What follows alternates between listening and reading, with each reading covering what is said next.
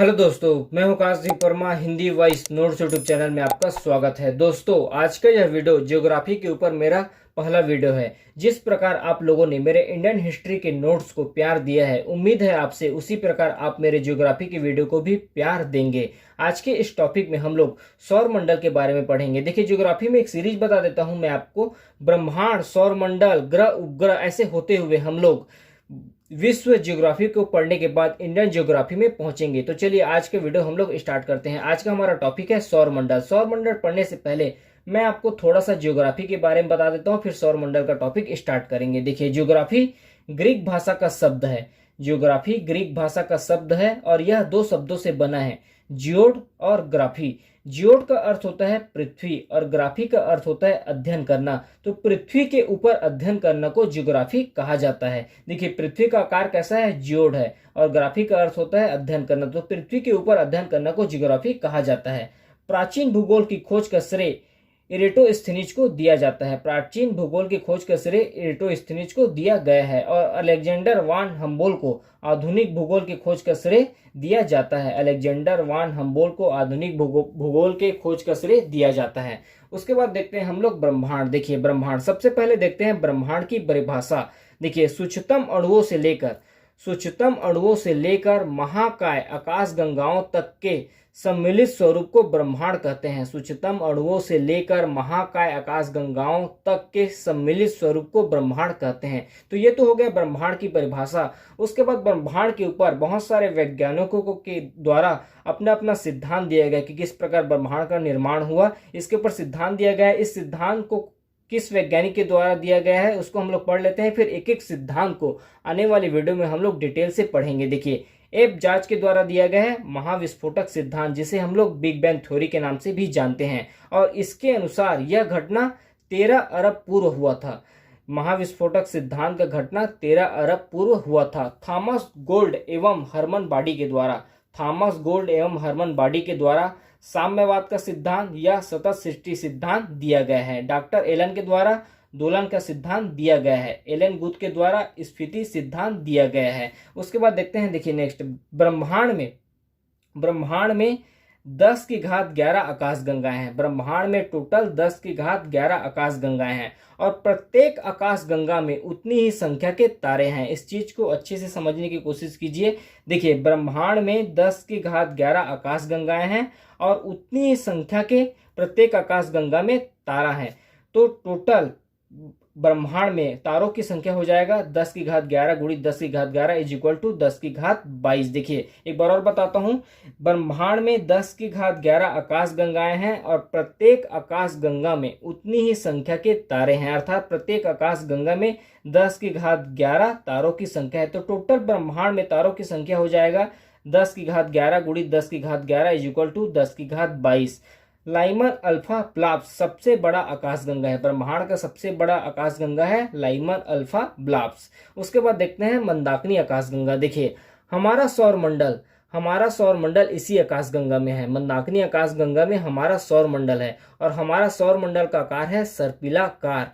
Orient nebula सबसे चमकीला भाग है मंदाकिनी आकाश गंगा का। मंदाकिनी आकाश गंगा का सबसे चमकीला भाग है ओरियंट नेबुला और यह एक जैसे तारों का समूह है। ओरियंट नेबुला एक जैसे तारों का समूह है और यह मंदाकिनी आकाश गंगा का सबसे चमकीला भाग है। देखिए, मंदाकिनी आकाश गंगा का सबसे चमकीला तारा है सीरियस या डॉग स्टार। उसके बाद देखते हैं हम लोग सौर मंडल। देखिए, सौर मंडल का जनक माना जाता है सूर्य को और सौर मंडल के सदस्य हैं सूर्य, ग्रह, उपग्रह, क्षुद्र ग्रह, धूमकेतु, उल्कापिंड, धूलकण और गैसें, ये सभी सौर मंडल के सदस्य हैं। उसके बाद सौर मंडल के ऊपर बहुत सारे वैज्ञानिकों के ऊपर कुछ संकल्पना दिया गया है। इन संकल्पना को किसके द्वारा दिया गया है और कब दिया गया है यह देख लेते हैं, फिर एक एक संकल्पना को आने वाले वीडियो में हम लोग डिटेल से पढ़ेंगे, क्योंकि यह आप लोगों का एक बेसिक क्लास है। अभी आप लोग ऊपर से पढ़िए, फिर आने वाले क्लास में हम लोग एक एक चीज को डिटेल में पढ़ेंगे। देखिए, 140 एडी में क्लोडियस टाल्मी के द्वारा दिया गया पृथ्वी केंद्रित संकल्पना, अर्थात पृथ्वी केंद्र में है और सूर्य उसकी परिक्रमा कर रहा है। 140 एडी में क्लोडियस टाल्मी के द्वारा गया पृथ्वी केंद्रित संकल्पना, अर्थात पृथ्वी केंद्र में है और सूर्य इसकी चारों ओर परिक्रमा कर रहा है। उसके बाद इसको गलत साबित करते हैं और 1543 एडी में निकोलस कापरनिकस के द्वारा सूर्य केंद्रित संकल्पना दिया जाता है, अर्थात सूर्य केंद्र में है और सभी ग्रह, पृथ्वी सहित सभी ग्रह इसकी परिक्रमा कर रहे हैं। सूर्य केंद्र में है और पृथ्वी सहित सभी ग्रह सूर्य की परिक्रमा कर रहे हैं। यह संकल्पना 1543 एडी में निकोलस कापरनिकस के द्वारा दिया गया था, सूर्य केंद्रित संकल्पना। उसके बाद 1609 एडी में गैलीलियो के द्वारा खोज किया जाता है टेलीस्कोप का। 1609 एडी में गैलीलियो के द्वारा खोज किया जाता है टेलीस्कोप का, और टेलीस्कोप की सहायता से गैलीलियो के द्वारा ब्रह्मांड का अध्ययन किया जाता है। देखिए, गैलीलियो के द्वारा 1609 एडी में खोज किया गया टेलीस्कोप का, और टेलीस्कोप की सहायता से गैलीलियो ब्रह्मांड का अध्ययन करते हैं। देखिए, यह है पृथ्वी।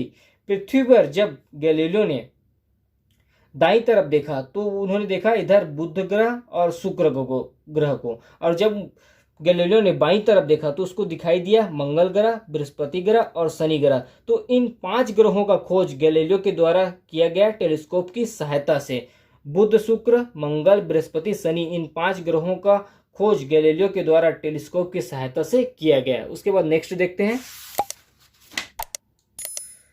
देखिए, विलियम हर्शेल के द्वारा अरुण ग्रह का खोज किया गया था, और इसके द्वारा कथन दिया गया था कि हमारा सौर मंडल आकाश गंगा में एक छोटा सा अंश मात्र है। देखिए, विलियम हर्शेल के द्वारा अरुण ग्रह का खोज किया गया था, और इसके द्वारा कथन दिया गया था विलियम हर्शेल के द्वारा कि हमारा सौर मंडल आकाश गंगा में एक छोटा सा अंश मात्र है। और जॉन गैले के द्वारा वरुण ग्रह का खोज किया गया था।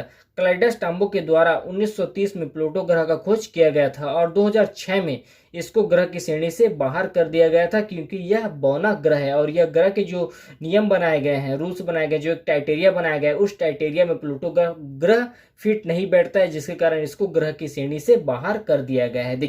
ये है सूर्य, और कुछ इसी सीरीज में सारे ग्रह सूर्य की परिक्रमा कर रहे हैं। जो सबसे पहला ग्रह है वह सूर्य की परिक्रमा कर रहा है, वह है बुध ग्रह। दूसरा ग्रह है शुक्र, तीसरा ग्रह है पृथ्वी, चौथा ग्रह है मंगल, पांचवा ग्रह है बृहस्पति, छठवां ग्रह है शनि, सातवां ग्रह है अरुण और आठवां ग्रह है वरुण।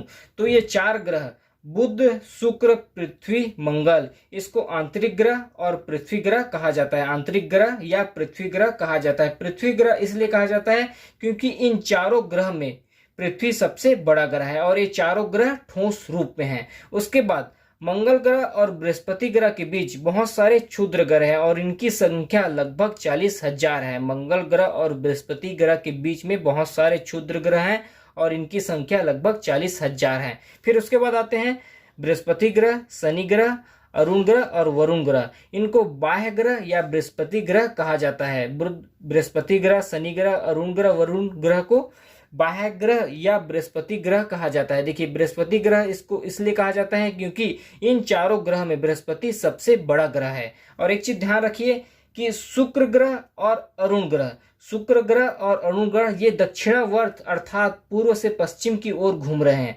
शुक्र ग्रह और अरुण ग्रह ये दक्षिणावर्त अर्थात पूर्व से पश्चिम की दिशा की ओर घूम रहे हैं, और बाकी ग्रह केवल शुक्र और अरुण को छोड़कर बाकी ग्रह वामावर्त दिशा में घूम रहे हैं, पश्चिम से पूर्व की ओर घूम रहे हैं। और ये चारों ग्रह बृहस्पति, शनि, अरुण, वरुण, ये चारों ग्रह गैस और जलवाष्प के रूप में है। उसके बाद देखते हैं हम लोग ग्रहों का आकार घटते क्रम में। सबसे बड़ा ग्रह है बृहस्पति ग्रह, फिर उसके बाद शनि ग्रह, फिर अरुण ग्रह, फिर वरुण ग्रह, फिर पृथ्वी जो कि 5वां स्थान में है, उसके बाद शुक्र ग्रह, फिर मंगल ग्रह, और सबसे छोटा ग्रह है हमारा बुध ग्रह। तो ये सीरीज हो जाएगा घटते क्रम में। सबसे बड़ा बृहस्पति है और सबसे छोटा बुध है, और पृथ्वी हम लोगों का 5वां नंबर का ग्रह है। उसके बाद नेक्स्ट देखते हैं हम लोग।